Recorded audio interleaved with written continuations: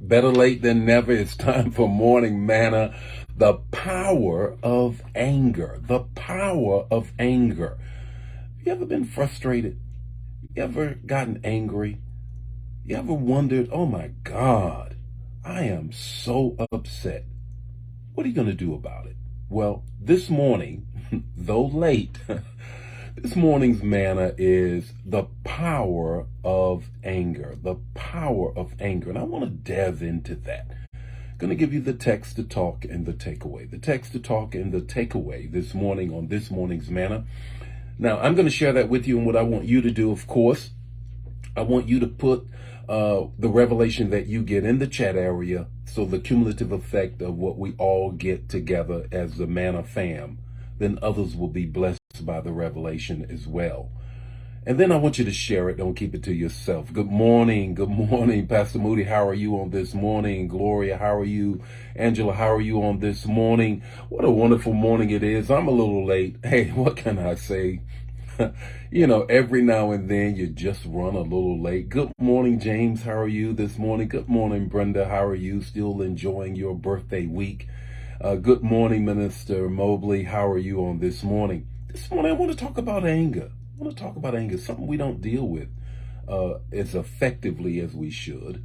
So let's get right into it. The power of anger. 5 minutes or less. The text, the talk, and the takeaway. Here's the text. Ephesians 4:26. You already know it. Let's break it down. Here is Paul writing to Timothy at the church at Ephesus. He's going through quite a bit. He's a young pastor. He's up against some OGs, and he's not quite sure what to go, how to go, what to do. And so this is what Paul says to him in the latter part of the letter. He says to him in Ephesians 4:26, be angry, Peter, but sin not. Be angry, Timothy, rather, but sin not.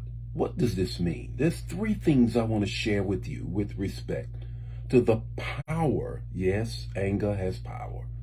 The power of anger. The first thing is this. I want you to grab a hold of this from a counseling therapeutic point of view.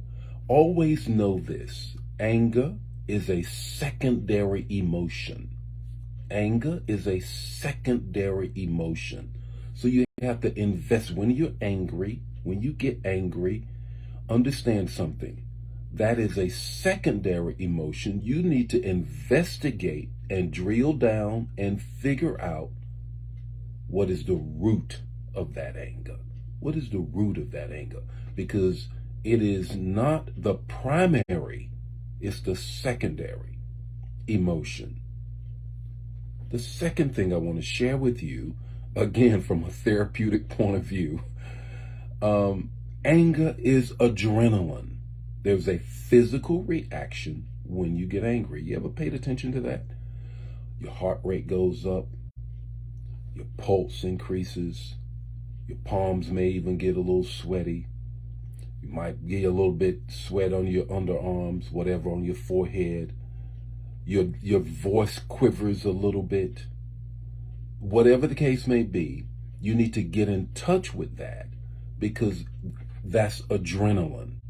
Now, you have to then redirect that adrenaline to something positive. Here's how Jesus did it.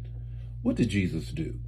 When he went into the temple and saw that the money changers were those who handled the temple money, and in order for someone to buy a sacrifice, that they might give it to the priest, so the priest can then sacrifice it and pour the blood over them and on the altar, so that they would be forgiven of their sins. They could not use Roman money in the temple, so they had to have an exchange of money. As a result of that, the exchange rate, they fluctuated to their advantage. Jesus was very upset about that, got angry about it. What did he do? He turned some tables over. He redirected his adrenaline to something positive. Here is the third thing. The third thing is anger is an acknowledgement and a recognition something is not going your way.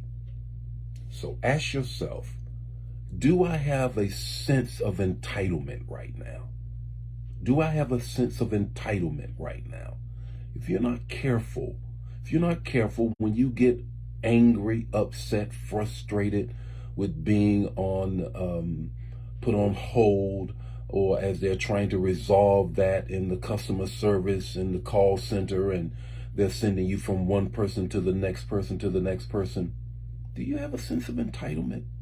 Because a sense of entitlement can cause you to have a 1-6-20 moment.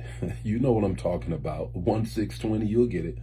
Moment, because you feel as if I'm entitled, therefore my response should be coming at somebody. All right. Anger, the power of anger.